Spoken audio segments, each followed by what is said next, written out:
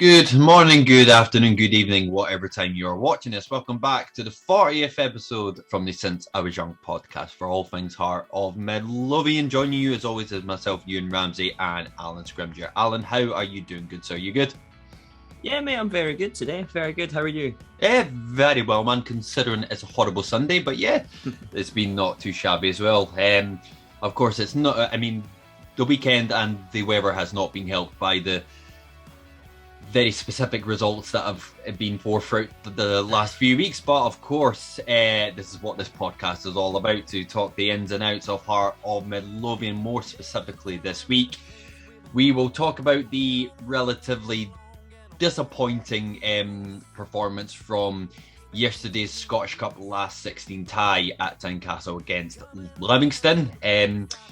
Even though we did manage to just squeeze through into the quarterfinals of the Scottish Cup, it kind of makes no excuse from the actual result itself that it went all the way after 120 minutes into penalties. So obviously we will talk a bit about that, and of course we'll talk about the more disappointing result from last Wednesday as well, at home to Dundee, which was a very surprising 2-1 victory to Dundee themselves. So of course we will talk a bit about that as well, and we'll talk about the ins and outs of where Hearts are at the specific moment throughout the last few weeks, because of course throughout the run of results we've had, it's not been too particularly great, so we will dive in a bit about that. And Alan has got a bit of a new segment to bring you, so he will bring you that in just a few moments. But of course, before we kick off, to everyone, obviously we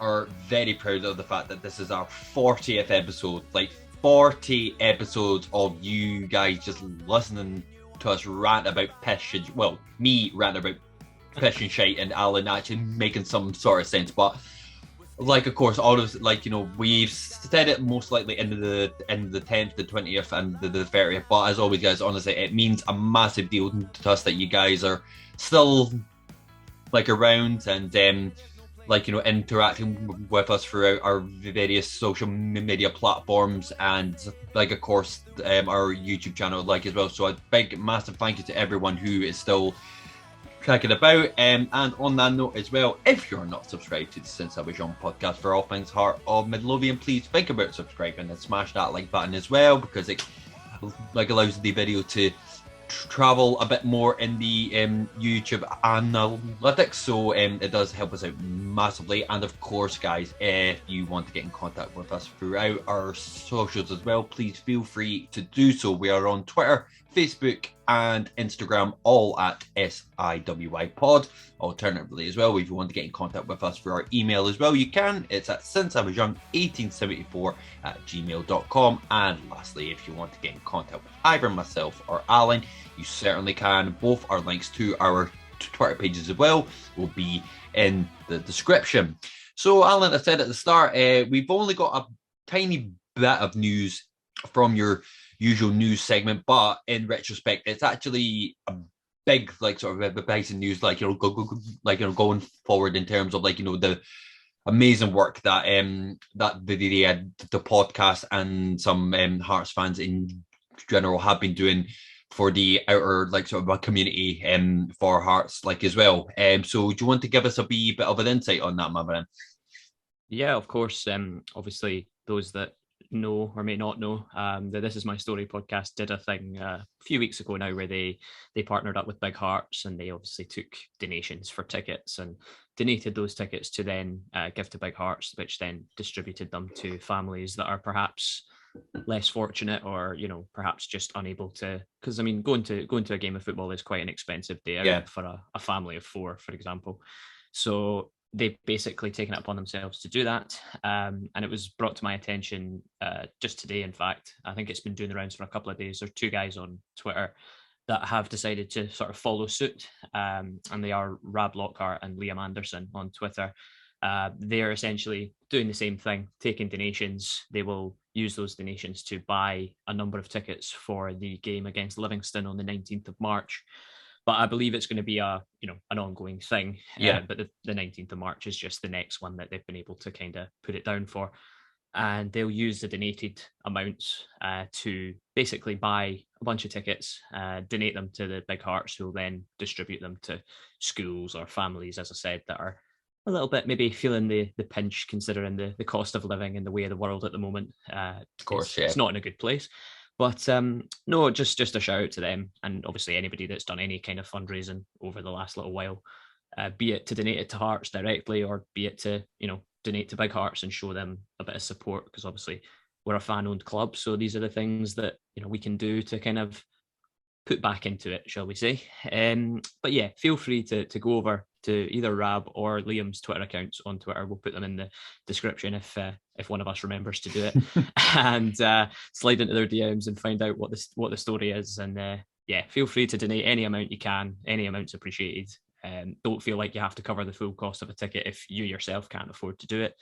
But yeah, it's just a nice gesture, as I say, and it shows, like you said, it shows what a community club we are, and it's nice to give back to people that are perhaps less fortunate and not able to afford these things. Absolutely, Alan, and like sort of, but just to echo what you said, like at the start as well, like with the guys, like with what they're doing now, and with this and my story as well from the previous months, like we're all doing our part, and we'll probably hope to do something in the same vein. We have got like an idea in the works, which could be massive and it could be amazing as well. So obviously, like we're still in the very sort of bare bones of this idea, but we'll hope to let it sort of grow throughout the next few months, to the right sort of channels, and like and the people as well. So we will keep you updated on that. But again, a big,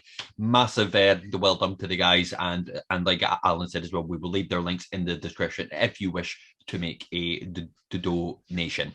So Alan, now we kick off into the shit show that has been the last few weeks of Heart of Midlothian. So just to put a bit of context on what we're going to talk about today. So 4 points out of a possible 15 in the last 5 games, which includes 3 defeats, 1 win, and 1 draw, which of course, from our view and most of Hearts fans' point of view, is just simply not good enough. And we're going to kick things off with a tweet that Alan saw not too long ago, which was via the Terrace podcast, and I'm going to quote it out, and then we could start from there, Alan. So this is how 2022 has gone so far concerning Aberdeen, Hibs and Motherwell in the Premiership.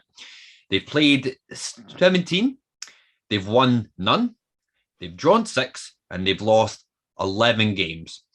This is why we are still third in the Premier League, and will likely finish there, as no team will string together a run like we did at the start of the season. So Alan, I guess the first thing I would like to ask you, do you think that this is a very accurate description of kind of where we're at right now? And 2, with the run of results that we've had throughout the last 5 or 6 games, I mean, do you feel that this problem runs kind of deeper than we think, or is it just generally just a rut, let's just say, that we're stuck in right now, and it's nothing really to panic about, for the long-term goal? I don't think there's a need to panic. I heard, I mean, I'm happy we didn't do a podcast after the Dundee game, because absolutely not. if that had been the case, then I would have been in full rant mode like I was in previous episode of this. But yeah, so I'm very happy we chose not to record then. But you and me both. No, I mean, going back, looking back and reflecting on it after the games, and it's one of those, I said after Dundee that I didn't want to hear anybody talking about, at least we're 10 points clear. At least we're still 10 points clear. Yeah, I get you. I don't like that logic. We should be considerably further ahead. Yeah, I agree. Based off that, obviously, that tweet that you said there, we've had opportunities to be further ahead, and we should have been further ahead. 4 points out of 15 is not great. No. But when you consider, I mean, putting it into context with the Dundee and then obviously the win against Livingston in the Cup, Aberdeen took 2 points from 15, lost in the cup, and Stephen Glass has been sacked today. So, it's not a crisis at Hearts. I think we're in that little bit of a rut, as you said, that we're struggling to kind of get out of it. But I think there's many, many reasons why we're in that rut. Well, I mean, in that same sort of context as well, like it kind of, I don't know why I thought about it. I mean, do you think at the same time as well, I mean, I know that the expectation at the very start of the season before a ball was kicked, Robbie's ambition was to at least get into the top six. But from a Hearts fan point of view, that should be happening, regardless. With the missed opportunities that we've had more recently, as well, but because again, I know that when we did our interview with Laurie, I know that I would I can as some folk and pretty much yourself as well, I'm a very optimistic sort of man, and I did say that I had a part of me thinking that we would possibly, if not maybe, challenge Celtic or Rangers for second. Now, I'm not sure exactly how many points we are behind them now. It's probably about maybe 13 or something like that. But again, just to go back to with the missed sort of opportunities and the missed points that we have, do you think that there would have been a relative argument to suggest that we would have maybe been in the conversation to maybe being in and around second, or do you feel as if that would be just putting too much expectation on on the squad? I think it's an interesting point. I think at the start of the season, like you say, there were Hearts fans that were saying, the fact that we've been newly promoted is irrelevant. We should be pushing on and being within the top six and within the top three. But Robbie made it perfectly public and perfectly clear that top six was the priority. But behind the scenes, I guarantee you, they were saying third place is where we want to get to. But it's easier to come out and say top six, because then at Christmas time, you can turn around and go, right, we're comfortably top six, which is kind of where we should be. Yeah. We have lost some silly points this season. And that's again, my favourite word, frustrating part in all this. But I think it's funny because you can look at both sides of the argument. You can say that we've dropped stupid points, but then going back to that Terrace podcast tweet, there's not been a consistent challenger to us for third place. We've had, and I said this to you and put it into context of that tweet as well, that we went on an 11-game run at the start of the season where we didn't lose a single game. And that included obviously Celtic and Rangers going to Ibrox and getting a point and beating Celtic at home. No other team in that chasing pack for third place is going to put together a run of games like that. And I know Aberdeen have obviously sacked Stephen Glass today, as I say, so they may well get a new manager sooner rather than later. They might have a bit of a bounce of a new manager. Hibs, Sean Maloney, still not sold on that one, to be honest. I don't know whether they'll finish top six or not, to be quite honest, because it is very, very tight between below us and I think about 7th or 8th. The points gap is ridiculously small. Yeah. So all it would take is for a team to go on a run of wins and they might be able to catch us. But I just don't. I mean, you can come back to this at the end of the season if we somehow manage to throw it away. But I just don't see that happening. I think we are in a bit of a rut. We are in a bit of a pickle just now because I think there's pressure on Hearts, and I think that's the thing. I think a lot of the players have been, and I said this in the last episode when I was ranting, a lot of the players have started to kind of believe their own hype and sort of get maybe a wee bit complacent, maybe a wee bit not arrogant. Arrogant's not the right word, but I think complacency has crept in a little bit, and that's not helpful. But again, I don't want to see us coast from now to the end of the season, because if we do that, then the gap will get smaller. We've got to be switched on. We've got to be on it, to be honest. Yeah, you're absolutely right, Alan. I mean, speaking of trying to be on it, last Wednesday night was not. So, of course, I'm referring to the result last week against Dundee at home. Obviously, it was a 2-1 victory to Dundee. I don't know like about yourself, Alan, but like part of me was surprised, but again, reflecting on the result and the game itself, like I wasn't like in that sense as well. Like, just to kind of echo yourself, like, I mean, I do believe that some players are starting to kind of like, maybe get wrapped up like in their own sort of headlines and hype, like, like as such. But yeah, like, from that sort of first half, like, from the Dundee game, like, I mean, even though I do agree with the fact that like when we talked after the game itself, even though the first half was pretty like kind of average, then there wasn't really a lot going on. We were dominant throughout, maybe after the first sort of 10 minutes when we actually got like the ball from the Dundee, and then we started to settle down. We started to look comfortable. Yeah, fair enough. We might have not looked particularly threatening as we can be, but of course, with the goal from Sims as well, like you kind of felt like, oh right, okay, so this could actually be a good bounce back from again the dreadful result from Ibrox as well. But again, I just after that first half kind of passed, like I didn't really feel convinced that this game was in the bag by any means at all. No, you're absolutely right. You're absolutely right. I think, like I said, well, like you said rather, the first half was very much a domination from us. Like it was. There was nothing from Dundee at all, to be quite honest. And it's one of those situations that it's frustrating again because we've seen this before. I'd be sitting here and I wouldn't be as angry about it if we'd never played Dundee at Tynecastle before. This was the first time we'd played them at Tynecastle before, but it happened earlier in the season.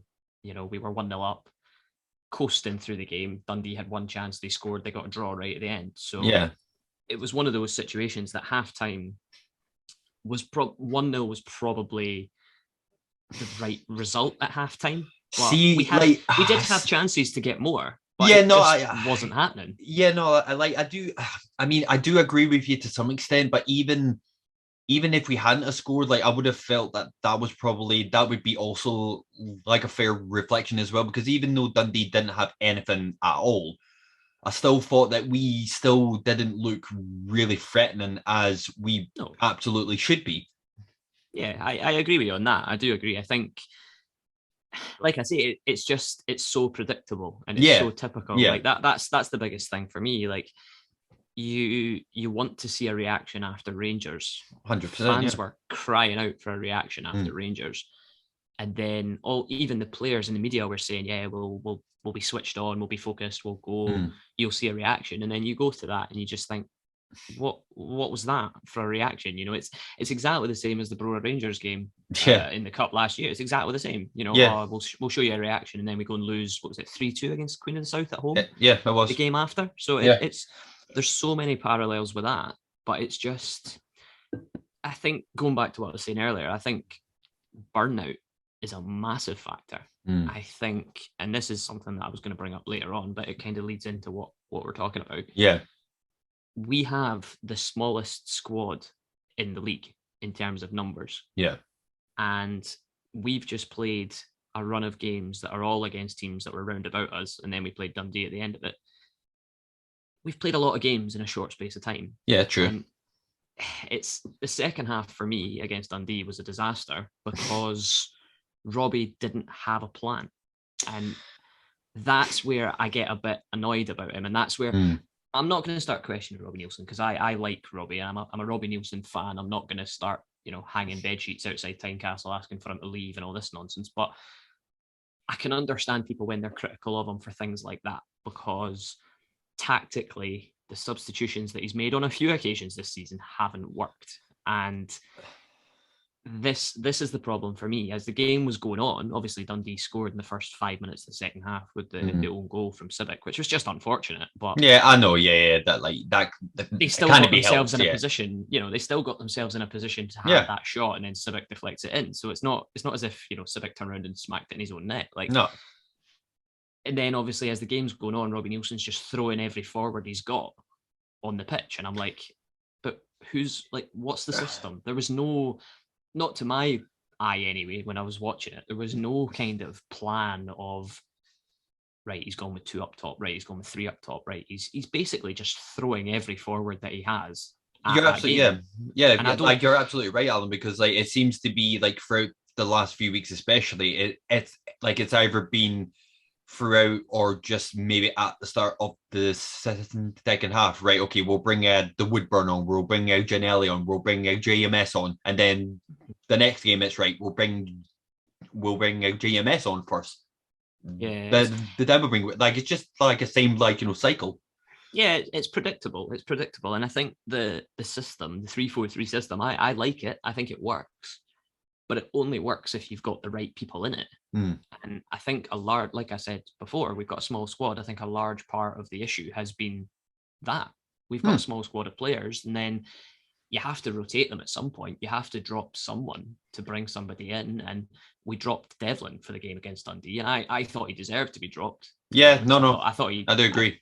I don't think he should have started against Dundee, but he should certainly have come on as the game was progressing, because there was no movement and nobody was going after the ball. Nobody was chasing anything. And obviously that's what Devlin does so well. So, it's one of the, obviously it's easy for your average fan who sits and watches them, or, your average podcaster who sits and talks about them to speak about these things. And Robbie Nielsen's the man that does make the decisions. And he's obviously a lot more well qualified than the rest of us are. But of course, when you're sitting watching it, you just think, where's the logic? And he's just throwing and I'll even talk about the Livingston game. Like, he played Andy Halliday wide left of a front three. Yeah, I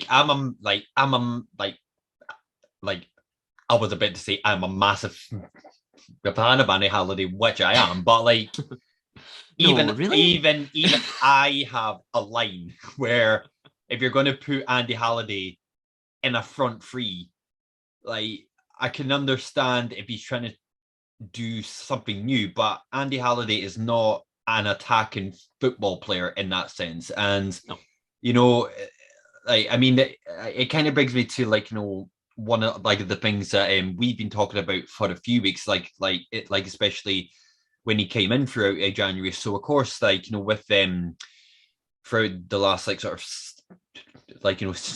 months of that, we were crying out for an out-and-out striker, and obviously we got that in Elliot Sims. Now, I think he's had a really good start to his Hearts a career. That's 2 goals in 3 or 4 games now, which I think is a good start.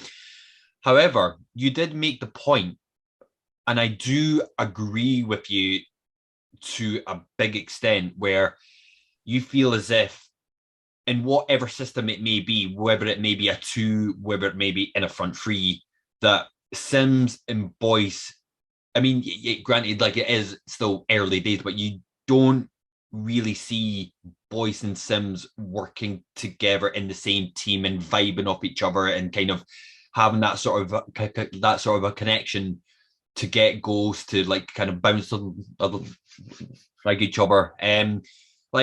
Where did it kind of hit you, Alan, that this didn't seem right and it wasn't going to really particularly work in your eyes?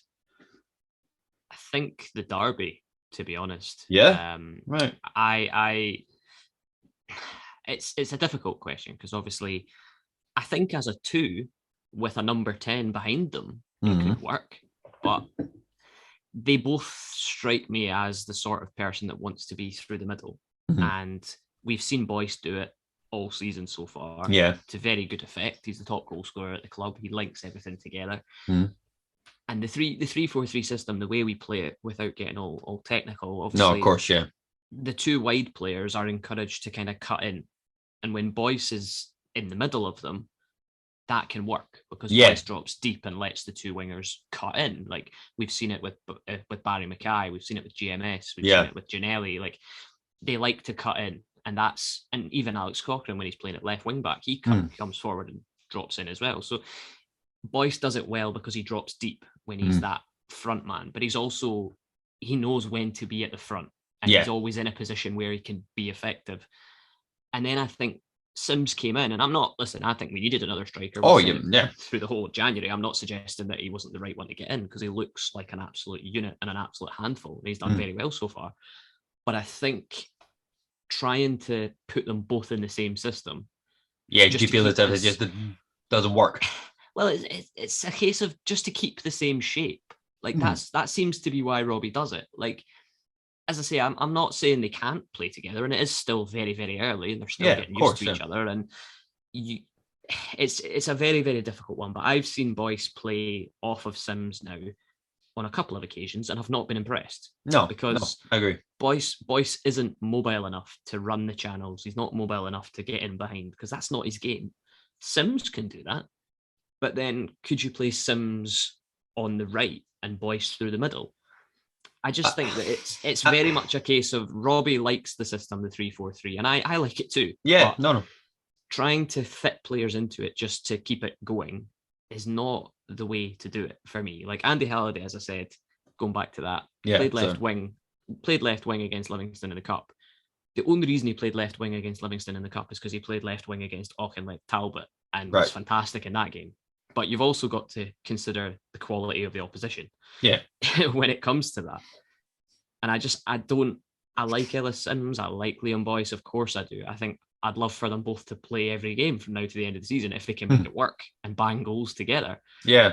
But there's part of me that, and I know nobody seems to really rate him that highly, and he's been a bit of a letdown since he's come in, but why not try a Ben Woodburn in the 10 role behind Boyce and Sims? Why not? Because, and this might sound controversial as well, and I'll probably get pelters for this one too, but Barry Mackay is not a number 10 for me. Like, he's a winger. He's a winger that will drift around and be involved. He's the only creative spark we've got at the moment. Yeah. But again, you're trying to fit all your best players into a system, and it's just not working. I understood that as well, but like, do you not think that there could also be the debate as well that with Barry Mackay in that number 10 role, that it gives him almost like free roam to like drift it out to the left, drift out to the right, and create chances from like sort of the both sides as well, because that's what Barry Mackay tends to do anyway, even when he is out on that left hand side. Let's say, for like example, you see him drift along to the right to actually create like sort of a chances like as well. So going forward, I mean, would you like to see, like, for example, like maybe like a 3-4-1-2 maybe perhaps, or potentially, or if you're going to play a 3-4-3, I would love to see just actual wingers and say Sims through the middle. I love Liam Boyce. I think he's fantastic, and I'm not suggesting for 1 minute that he needs dropped for a long time. But not at all, no. I think, and it's interesting because I think if you had, like, for example, Barry Mackay on one side and Gino on the other, who I'm not a massive fan of this season either. He's not done anywhere near what I thought he would do. Yeah, agreed. But having actual wingers with a player like Sims through the middle as a focal point, you could maybe get crosses in. Okay, we've not been that great at crossing balls into the box. Oh yeah, we've got a scary stat for that, but as well. But if you want to continue on, yeah, I just feel like Sims doesn't strike me as a sort of link-up player like what Liam Boyce is. He's very good at holding the ball up. Yeah, they've both got their own strengths and weaknesses, and I think this could all be totally irrelevant because they could be, well, they will be training every day together to try and form some sort of partnerships. But of course, yeah, I've said it for weeks that I think I even said it when Laurie was on, that the balance of the front three, I don't think Robbie's got it right all season. I think he's no, absolutely not. He's worked out his defense and he's worked out what he likes in the middle. I think the front three is still a bit of a grey area, and I think personally, we'll speak a bit more about him when I talk about the Livingston game, but I think Gary Mackay-Steven deserves a bit more of a run out because we've said this guy's a confidence player, and I'll be honest with you, he played well when he came on against Livingston. So why not? Yeah, no. Like, I won't like debate the fact that he didn't play well. However, throughout the time that he has been here, I reckon that it maybe takes him like maybe 2 or 3 games to actually build that actual confidence, whereas it may be like, I can't think of a specific name right now, but it can like well, yeah, actually, for example, like it took Barry Mackay on his debut against Hibs at home, only half an hour to make like some sort of impact, and then the next game week, like it was straight like in the team.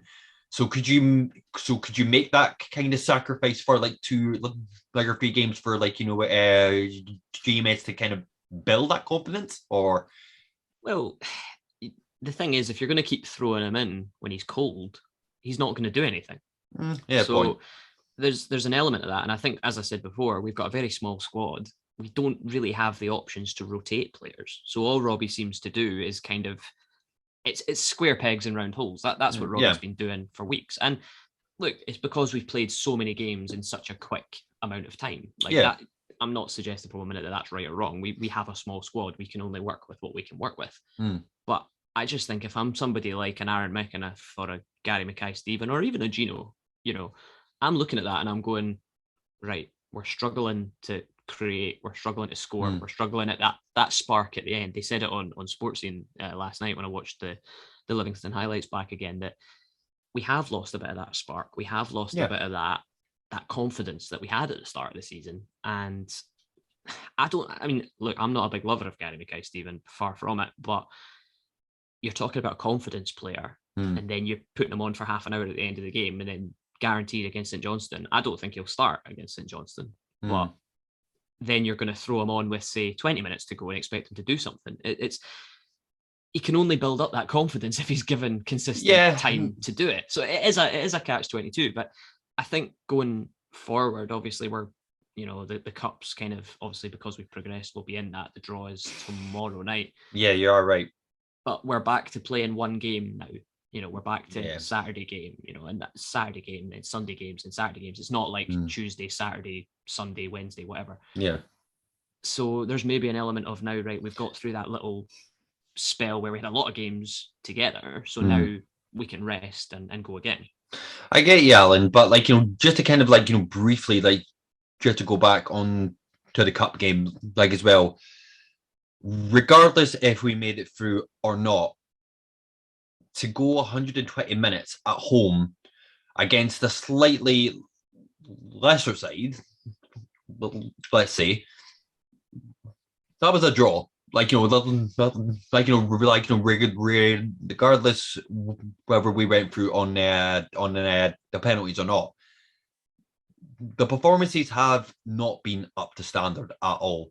I know that when you text me, it was a very sort of defensive sort of minded squad. From what I watched as well from the highlights, and then what I heard on the radio, live as well,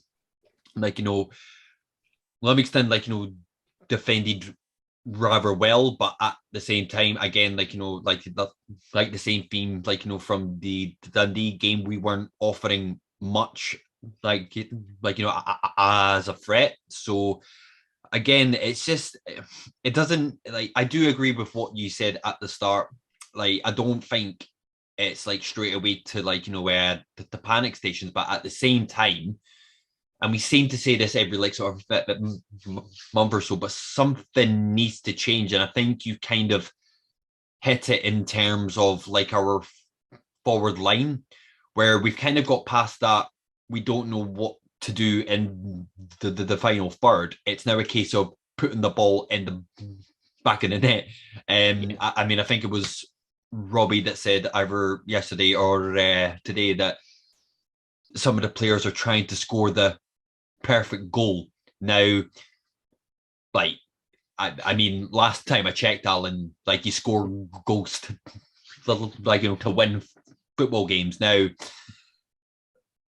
I don't care if it's a 45-yard fucking top bin shot or it bounces off somebody's arse and goes in. A goal's a goal. I don't care how it fucking goes in.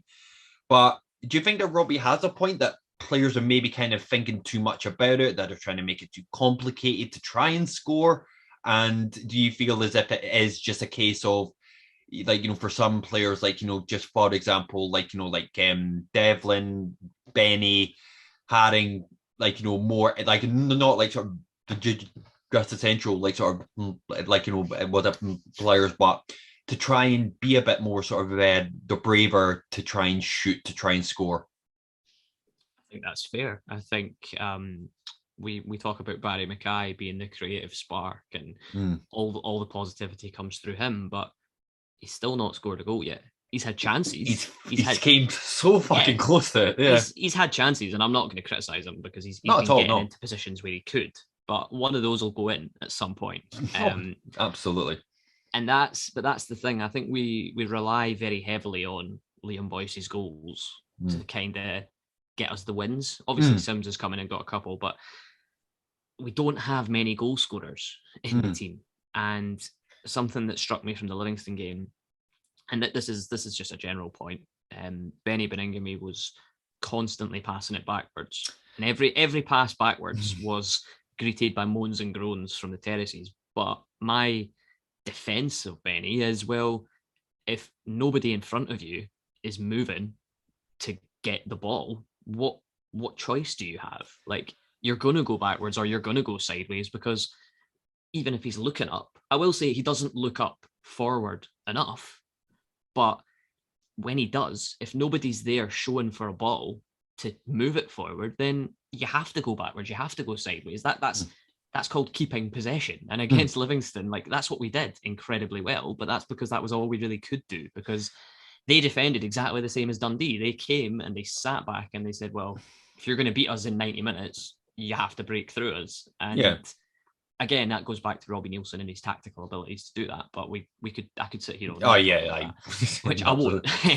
I won't. That could be a bonus episode. That'll be a long edit for me, mate. So like, let's leave that out. But like you said, Alan, like as well, like, like in terms of just trying to score goals, a tweet that you sent me, and a rather scary fact as well, which I found beyond shocking, and kind of going back throughout the seasons, and like that we've been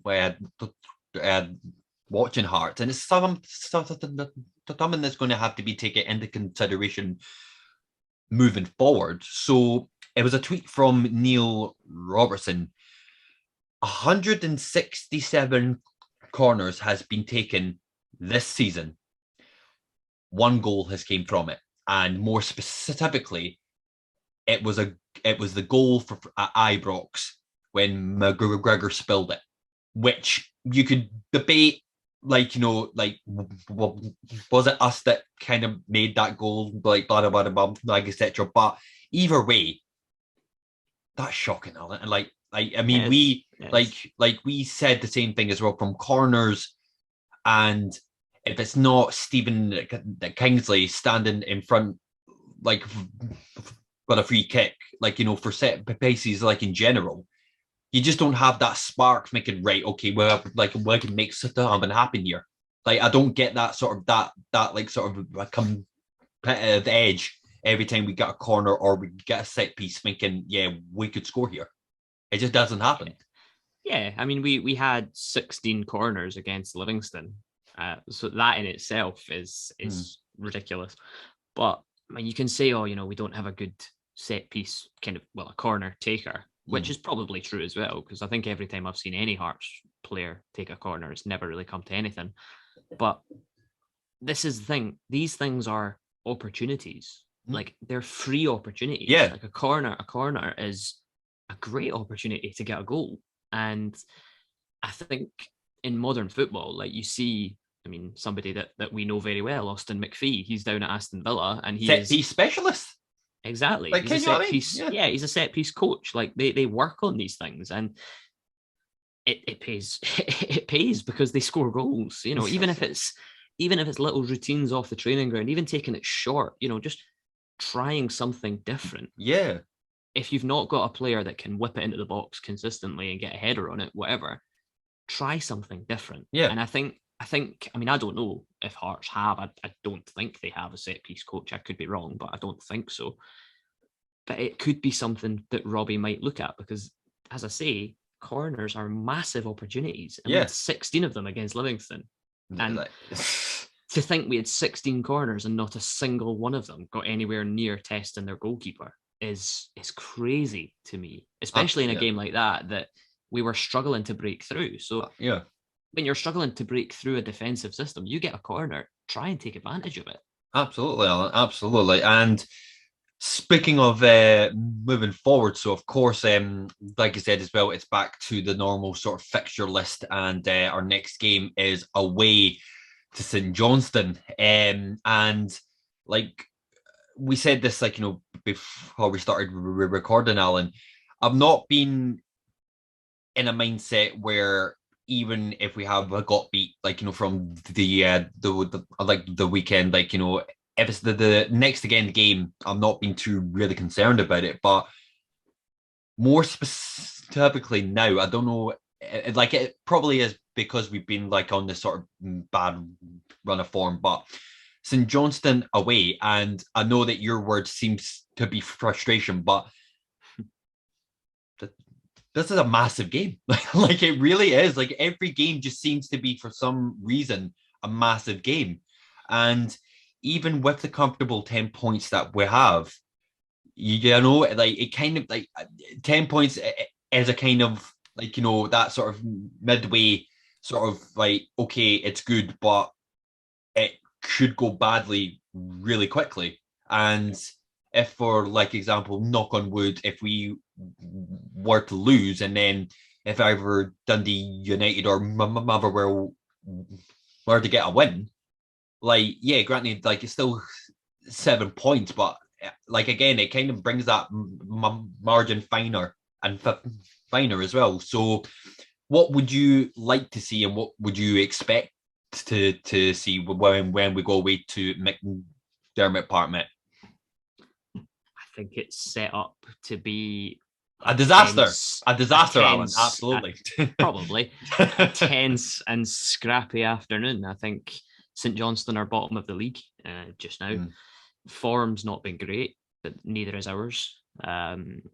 Hopefully the players can take a bit of a boost after the penalty shootout win. Some cracking penalties, by the way. Yeah. we didn't even touch on those, but yeah, some cracking penalties. And obviously to get into the next round of the cup is massive. But in terms of St Johnstone, I don't know. I don't know either, Alan. I really don't. I hope that this is a game that we say, right, do you know what, we're back. We can go for this now. St Johnstone have to play Aberdeen on Tuesday night, so they're playing a game more than us. We don't have another game until we play them on Saturday. So hopefully we're a bit fresher than them, but you just don't know. I really don't know. And I think again, just quickly, it depends what the conditions are like as well, because the Livingston conditions were an absolute shambles. It was like torrential downpour. So I don't know what it's going to be like. I don't know what it's going to be like on Saturday, but if it's anything like that, then that'll be an issue as well. But I hope we can get a win. I do. I hope it's a game that we say, right, do you know what? Like, the tough games are behind us. Let's go on a run now. But yeah, going back to what we said at the start, and it kind of rounds it off quite well for me, I don't want to rely on teams below us dropping points. No, absolutely not, Alan. I feel like this weekend we need to say, right, let's get back to winning ways. And as you said, if it goes in from a 40-yard thunderbolt or it goes in off somebody's arse, I'm not that bothered. I just want to see us win a game of football. Yeah, you and me both, Alan. You and me both. And yeah, like, you kind of just echoed what like was I going to say? Like, I mean, yeah, like, it will be like a difficult game. Like, regardless of if St Johnstone are at the bottom, McDermott Park in general is a difficult place to actually go. And again, if we're going to be like, again, like, a bit complacent, like, as well, thinking that we're still 10 points like in front, well, then, like, like you just said, like, to factor in that, like, both Dundee United, Motherwell, Hibs, Aberdeen, they've all been taking, like, points from each other. So in, like, another world, if they did pick up a point here, 2 points there, like, it could be a whole, like, sort of, like, a different story. So on that note, Alan, what is going to be your prediction? I know you said that you hope for a win, but in your head, Alan, what are you thinking? Hope for a win, but I'm predicting a draw. I'm going 1-1. I'm so conflicted, but I'm such an optimistic person.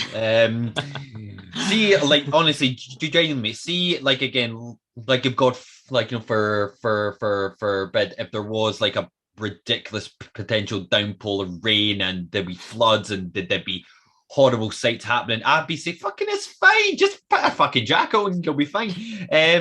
But oh, right, I'm gonna. Fuck, I just genuinely cannot take this optimistic hat off. I'm going to go for a 1-0 scrappy as you like, thunderbolt of somebody's arse goal. I hope. Yeah, I'm going to stick with a 1-0 win to Hearts. I do genuinely think, I do agree that it will probably be a draw, like again, like last time, but I'm going to go with a 1-0 win. So yeah, I think that kind of wraps off everything that we have to talk about. Unless you have any final remarks, sir. No, I was just going to say it's important that we finish third this season, because I don't know if you've seen it, but if I was somebody, I wasn't quite sure myself, so I turned to my usual source of knowledge, which is Twitter, on all these things. Of course, and, yeah, of course. In terms of the European situation for next season, if we finish, now let me get this right, and as I say, if I get it wrong, feel free to correct me in the comments or on Twitter. If we finish third and either ourselves or one of the old firm win the Scottish Cup, then we go into a playoff for the Europa League group stage, right? Which is a two-legged thing. If we then lose that, we drop into the Europa Conference group stages. Oh, right. Yeah, which is either way. Yeah, it would guarantee us 8 European games at least, which would be big money as well. Absolutely, so, yeah. These games, going back to St Johnstone, these games are huge in terms of getting the points. But as I said earlier, I don't want us to just limp across the line, because that's not sustainable. Absolutely, Alan, and I do completely agree. But obviously, of course, we would like to hear from all yourselves, whether it be on the YouTube page or on the Twitter page as well. Do you feel as if Robbie has to make a change for St Johnstone, whether it be particular personnel or the system itself? And also, do you think that Boyce and Sims could possibly play together, or do you feel that it's just a non-starter? We would love to hear from yourselves as always, so I'm sure that we will put a few posts up throughout this week. And yeah, I think that pretty much wraps up the 40th episode for the Since I Was Young podcast. And just to reiterate, like ourselves, to everyone, thank you very much for still being here, for still sticking around. It feels like we're saying this every single week, but obviously it's going to be like, again, for us, like it might not mean like a huge amount to everyone else watching, but we're only literally 5 subscribers away from 200. Like, you know, so it's a massive thing, like, for us if we were to reach that milestone.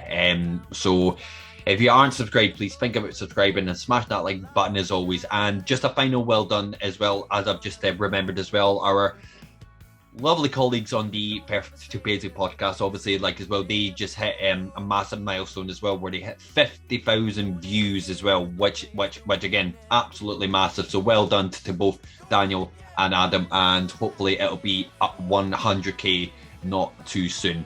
So yes, to everyone that has been watching, thank you very much for watching. As always, if you want to get in contact with us from either our Twitter, Instagram, or Facebook, you certainly can. The links will be in the description and on screen as you see it, as well as our email account at sinceIwasyoung1874@gmail.com. And if you want to get in contact with either myself or Alan, please feel free, and our links will be in the description. So Alan, as always, thank you very much for joining me on a miserable Sunday afternoon, sir. And you. Just quickly before we go, big shouts obviously to Liam and Rab on Twitter. Hit them up in the description. Speak to them about donating money for these tickets, because it's a massive thing. Definitely, Alan. Thank you very much for that again, and I'm sure that they will appreciate that as well. So yes, from myself and Alan, we will see you in the next episode from the Since I Was Young podcast for all things Heart of Midlothian. You take care now. Bye for now.